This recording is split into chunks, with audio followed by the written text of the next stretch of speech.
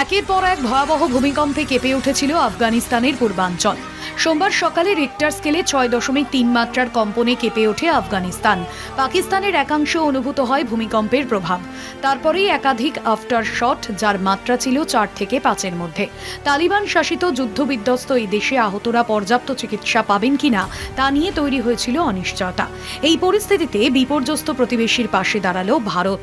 খাবারের রসদ, পারিবারিক তাঁবু ও জরুরি ত্রাণ সামগ্রী ইতিমধ্যেই আফগানিস্তানে পৌঁছে দিয়েছে ভারত। আগামী বুধবার আরও সহায়তা পাঠানো হবে বলে জানানো হয়েছে। ভারতের বিদেশমন্ত্রী এস জয়শঙ্কর টুইট করে জানালেন, আজ আফগান পররাষ্ট্রমন্ত্রী মৌলভী আমির খান মোত্তাকির সঙ্গে কথা বলেছি। ভূমিকম্পে এত প্রাণহানির ঘটনায় গভীর শোক প্রকাশ করেছি। ইতিমধ্যেই কাবুলে পৌঁছে দেওয়া হয়েছে 1000 পারিবারিক তাঁবু। পাশাপাশি 15 টন খাদ্য সামগ্রী দ্রুত কাবুল থেকে কুনার পাঠানো হচ্ছে ভারতীয় মিশনের তরফে। আগামীকাল থেকেই ভারত থেকে আরও ত্রাণ সামগ্রী পাঠানো হবে।